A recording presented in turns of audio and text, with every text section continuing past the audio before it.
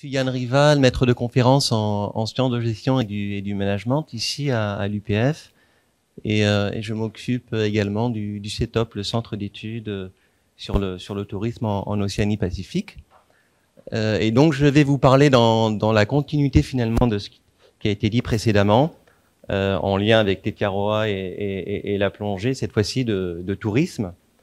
Et toujours par rapport à ce qui a été dit précédemment, j'aborderai également la question du réchauffement climatique et de la Covid, qui, on va le voir, impacte également le secteur du tourisme, et plus précisément la manière dont aujourd'hui les touristes et les destinations conçoivent et perçoivent ce qu'on appelle le tourisme durable. Donc la présentation vise à mettre en avant les défis du tourisme durable aujourd'hui en milieu insulaire, et notamment avec le cas de la Polynésie française. Alors, en introduction, il importe de rappeler qu'aujourd'hui la durabilité est devenue la nouvelle norme dans le secteur du tourisme, notamment avec cette crise sanitaire.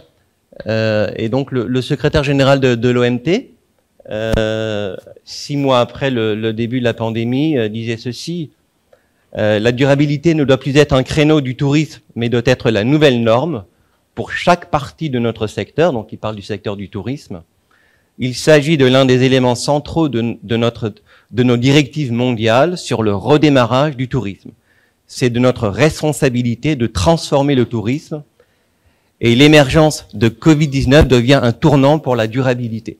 Donc, en d'autres termes, on n'a plus le choix. Le tourisme, aujourd'hui, il est par définition un tourisme durable. Et la question donc qui se pose en milieu insulaire, dans un pays comme la Polynésie française, c'est de savoir si finalement il n'y a pas un modèle spécifique de tourisme durable en milieu insulaire, avec des caractéristiques intrinsèques. Il faut savoir qu'il y a eu peu de recherches qui ont été consacrées à cette question-là. Il y a eu beaucoup de recherches sur la définition du tourisme durable, sur la mesure du tourisme durable, mais véritablement sur la conception d'un modèle de tourisme durable propre au milieu insulaire, il y en a quasiment pas, en tout cas à ma connaissance. Donc c'est l'occasion, à travers le cas de la Polynésie française, de s'interroger là-dessus. Et en prenant notamment en compte, comme je l'ai dit précédemment, ce nouveau contexte de l'après-Covid qui modifie considérablement les enjeux du tourisme durable. Et les touristes sont devenus encore plus sensibles. Alors, il était déjà avant la Covid-19, mais ça s'est accentué, ça s'est accéléré, cette sensibilité vis-à-vis de la notion de tourisme durable et de développement durable. Alors, le cas de la Polynésie française, il est très intéressant pour plusieurs raisons. Alors, comme vous le savez tous ici, c'est une destination qu'on dit paradisiaque, avec cette image de bungalow sur l'eau. Mais cette image, elle a depuis une dizaine d'années évolué. Et la marque aujourd'hui qu'on appelle Tahiti et ses îles ne se limite plus à cette image de bungalow sur l'eau.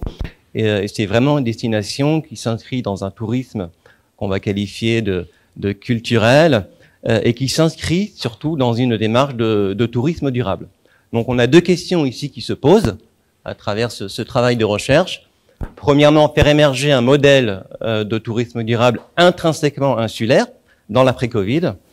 Et deuxièmement, permettre aux destinations insulaires, parce qu'il y en a beaucoup sur la planète, de mieux comprendre les enjeux qui leur sont propres dans ce qu'on appelle le management du tourisme durable. Donc ce sont des questions du type est-ce qu'on fait du tourisme durable en milieu insulaire comme on le ferait dans des destinations non insulaires? Est-ce qu'il y a des points communs entre ces destinations insulaires dans l'approche que l'on peut avoir vis-à-vis du tourisme durable?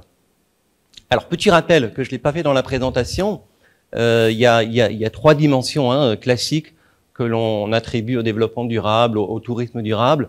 Ce sont les dimensions à la fois économiques, sociales qui sont très liées, et puis il y a la dimension également environnementale.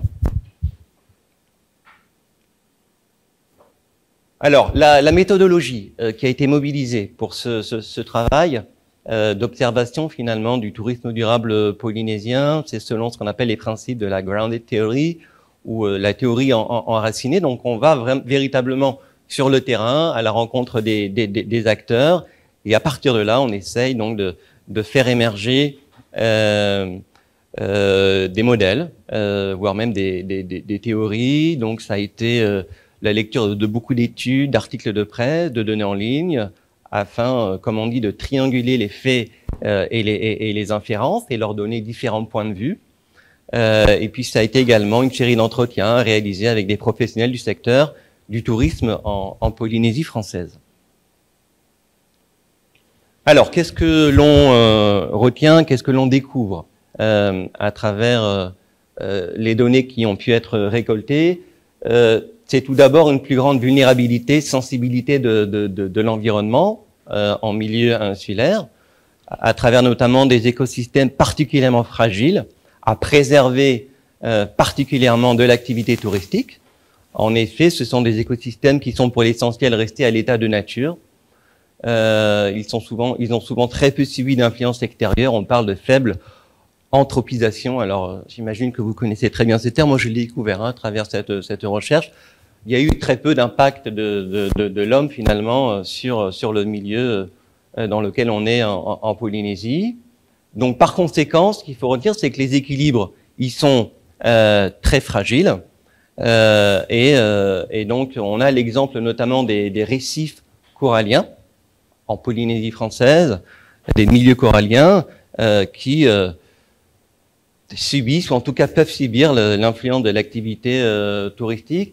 Et alors, sans rentrer dans les détails, ce qui me semble intéressant à travers le cas de la Polynésie française, c'est qu'on a su, notamment à travers l'exemple des milieux coralliens, en faire finalement, alors je vais pas dire un élément, un atout marketing, mais en tout cas on a su faire une approche pédagogique avec la clientèle, et on fait, en tout cas dans certains lieux d'hébergement, on fait participer les touristes à la reconstruction à travers des ateliers de boutures de corail.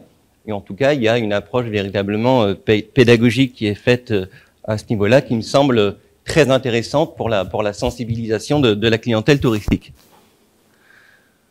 On a également un deuxième élément de l'environnement en Polynésie qui est très sensible à l'activité touristique, c'est le patrimoine culturel, qui est essentiel en Polynésie, qui est, comme je vous l'ai dit, un des atouts mis en avant aujourd'hui par la destination.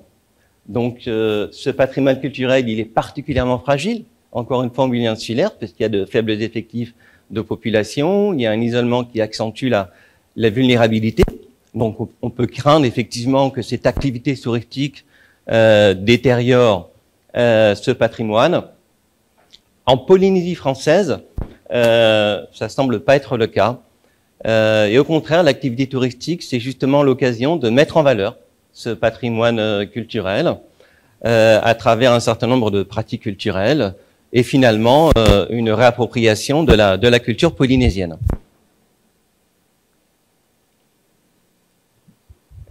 Deuxième fait marquant, au-delà de la sensibilité, de la vulnérabilité de l'environnement, c'est le fait qu'en milieu insulaire, et notamment dans le cas de la Polynésie française, on ait une capacité de charge qui est relativement limitée et qui suppose du coup une répartition optimale des flux touristiques. Il faut savoir qu'en Polynésie, vous le savez, on a une superficie de terre émergée qui est relativement limitée, 3600 km², donc c'est près de la moitié finalement de ce qu'on a en Corse. Et du coup, on a une capacité de charge qu'on appelle également capacité d'absorption, qui est par nature extrêmement limitée. D'où en 2020, et ça a surpris, je sais, un certain nombre d'acteurs du secteur, la décision de Bora Bora de limiter la taille des navires arrivant dans les lagons de Bora Bora, justement, pour faire face à cette capacité de charge relativement limitée. Il faut savoir que l'île de Bora Bora constitue une des destinations phares de la destination de Polynésie française, est extrêmement sollicitée par l'activité touristique. Deuxième élément par rapport à cette idée, c'est qu'on a en Polynésie française une répartition des flux touristiques qui est très inégale. Alors là, on a une carte qui représente, donc plus c'est foncé et plus il y a de touristes, qui représente la répartition des flux touristiques par archipel. C'est le ministère du Tourisme qui a réalisé ça en 2020 dans le cadre de l'élaboration de la stratégie 2025. Et on se rend compte que finalement, 2/3 des touristes qui viennent en Polynésie française se concentrent sur l'île de Tahiti, de Moorea et de Bora Bora. Donc on a une grande concentration des flux touristiques. Il en découle donc que dans ces conditions, compte tenu à la fois de la capacité de charge limitée et dans un souci de redistribution égale de l'activité touristique, propre au tourisme durable, une meilleure répartition des flux par archipel au sein de la Polynésie française paraît essentiel. Et ça fait partie des axes privilégiés aujourd'hui dans le cadre de la nouvelle stratégie touristique de la Polynésie française.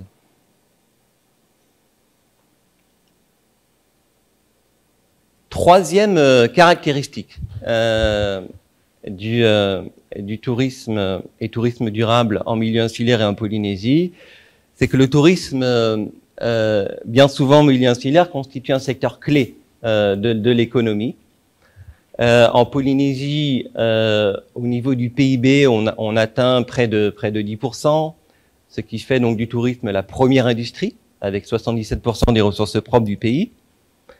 Et la part de la population active travaillant dans le secteur du tourisme est d'au moins, c'est difficile à chiffrer exactement, à travers les emplois directs, indirects, secondaires, etc., mais d'au moins 11 000 emplois, si ce n'est plus, en tout cas avant la Covid. Donc c'est considérable, c'est près de 20% de la main-d'œuvre salariée. Alors c'est pas unique à la Polynésie. Ici, on a des chiffres sur d'autres destinations insulaires. La Réunion, la Martinique, Guadeloupe, Corse, Fidji, Samoa, Seychelles, Maldives, et on voit qu'à chaque fois on a une part de l'emploi lié au tourisme qui est extrêmement important, et on a même des destinations, je regarde notamment Fidji, Samoa, où on voit que le tourisme dans le PIB joue un rôle extrêmement important. Donc en milieu insulaire, bien souvent on dépend très fortement de l'activité touristique. Il paraît donc essentiel, dans une logique de développement durable, d'accroître les connexions du tourisme avec le reste de l'économie locale. Et pour ce faire, on a deux pistes qui sont très intéressantes et qui correspondent à deux grandes tendances actuelles dans le secteur du tourisme. La première de ces pistes, c'est ce qu'on appelle l'agritourisme ou tourisme agricole. Donc c'est la connexion entre le tourisme et l'agriculture. Donc je vous ai mis cette image en bas à droite qui je trouve traduit bien ce qu'on entend par agritourisme. C'est aller à la rencontre des agriculteurs sur leur production, participer parfois à certaines tâches, goûter aux récoltes, partager les récoltes, dormir sur place. Donc ça c'est très tendance. S'il y avait une tendance aujourd'hui en 2021-22 dans le secteur au niveau mondial, l'agritourisme est dans le top 3 à mon avis.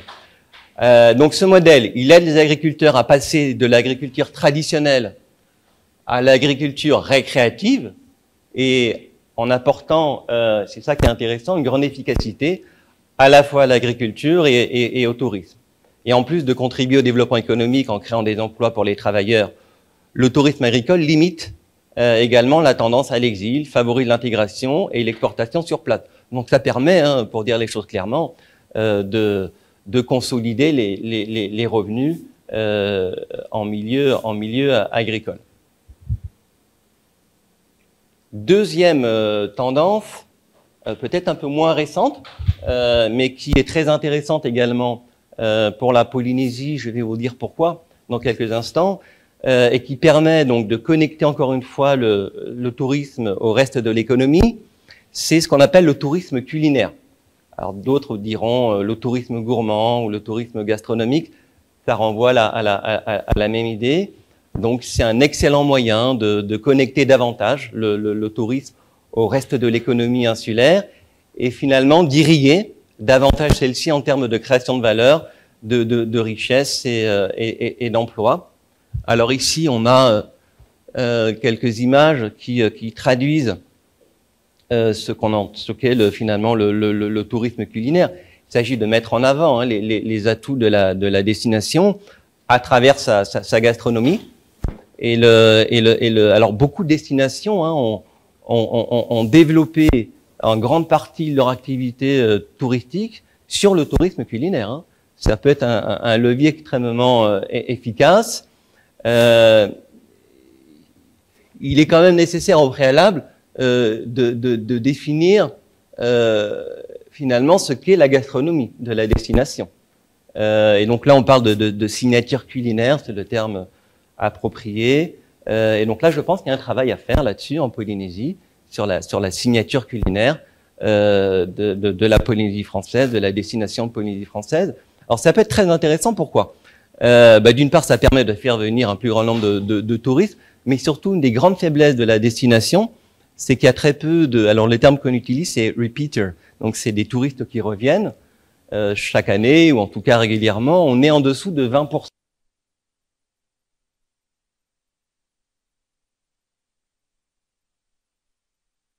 Plus important. Donc c'est une des faiblesses de la destination Polynésie, et il s'avère, on a des recherches qui le montrent, que justement le tourisme gastronomique permet de fidéliser la clientèle, visiblement à travers le goût, à travers les papilles gustatives, on arrive à faire revenir les touristes sur les destinations. Donc là, il y a un enjeu très intéressant pour la Polynésie.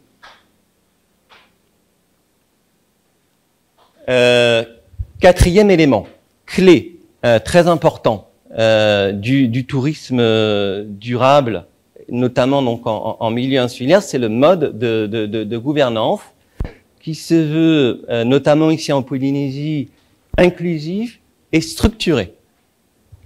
Et là, je cite un extrait d'un entretien que j'ai eu dans le cadre de la collecte et des données avec un expert du secteur, qui me disait ceci: la base de la durabilité, c'est la participation des communautés locales. C'est l'acceptabilité par les communautés locales d'un développement, quel qu'il soit, et notamment touristique. Aujourd'hui, cela devient une condition absolument nécessaire.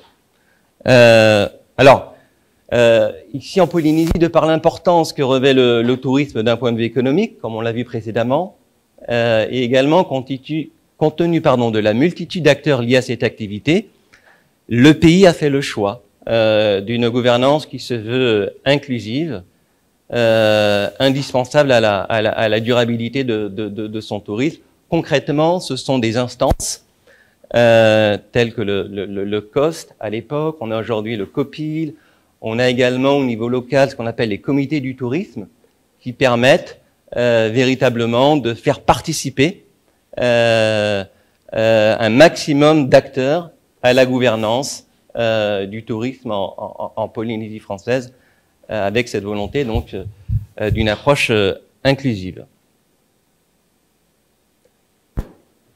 Un cinquième élément qui me paraît extrêmement intéressant de mettre en avant pour caractériser le tourisme durable polynésien, ce sont les pensions de famille ou les guest house polynésiennes. C'est véritablement un... Ok, j'ai presque fini. C'est véritablement, à mes yeux, un levier pour le tourisme durable en Polynésie française, puisque c'est l'occasion de préserver et d'échanger des éléments du patrimoine polynésien, Et donc, il est essentiel de maintenir et de développer ce mode d'hébergement si on veut véritablement illustrer à l'international cette destination de tourisme durable qu'est la Polynésie française. Et de manière générale, les destinations ultramarines ont intérêt justement à identifier et mettre en avant des marqueurs de leur tourisme durable insulaire. Alors pour conclure, dernière diapositive, et je serai quasiment dans les temps. Si on avait finalement à mettre en avant les caractéristiques propres, au-delà de tout ce qu'on vient de voir, d'un modèle de tourisme durable en milieu insulaire et notamment en Polynésie française, c'est tout d'abord un tourisme durable qui se veut particulièrement réactif compte tenu de la sensibilité de l'environnement dans lequel il se trouve, mais c'est aussi un tourisme durable qui se veut particulièrement dynamique. Alors pourquoi? Pour deux raisons. Pour s'adapter aux évolutions constantes de l'environnement, et notamment dans le cadre de cet après-Covid qui, pour l'activité touristique, suppose de faire appel à une grande agilité stratégique. Et cette capacité justement à évoluer quasi quotidiennement en continu pour une destination constitue à coup sûr une source d'avantages concurrentiels. Et ça sera tout.